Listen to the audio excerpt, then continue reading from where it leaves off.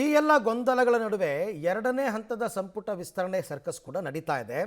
ಅದರಲ್ಲಿ ಜಮೀರ್ ಅಹಮದ್ ಖಾನ್ಗೆ ಸಚಿವ ಸ್ಥಾನ ಕೊಡಲೇಬೇಕು ಅಂತ ಮಾಜಿ ಸಚಿವ ಜಮೀರ್ ಅಹಮದ್ ಬೆಂಬಲಿಗರು ಈಗ ಪ್ರತಿಭಟನೆ ಕೂಡ ಮಾಡಿದ್ದಾರೆ.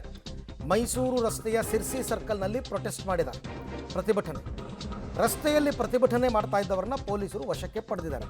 ಅವರವರ ಬೆಂಬಲಿಗರು ಅವ್ರು ಕೇಳ್ತಾರೆ. ಅವರವರ ಬೆಂಬಲಿಗರು, ಸಮುದಾಯದ ಮುಖಂಡರು ನಮ್ಮ ಸಮುದಾಯಕ್ಕೆ ಅನ್ಯಾಯ ಆಯಿತು ಅನ್ನೋ ಲೆಕ್ಕಾಚಾರದಲ್ಲಿ ಮಾತಾಡ್ತಾರೆ.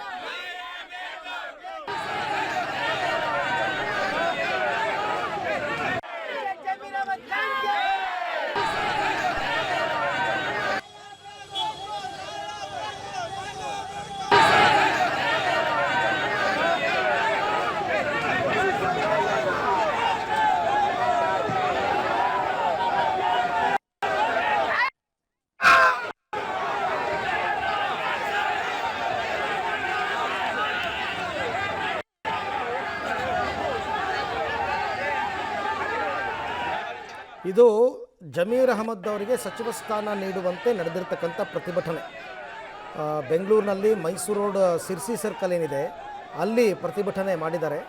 ಅವರ ಕ್ಷೇತ್ರದ ವ್ಯಾಪ್ತಿಗೆ ಬರುತ್ತೆ ಅದೆಲ್ಲ.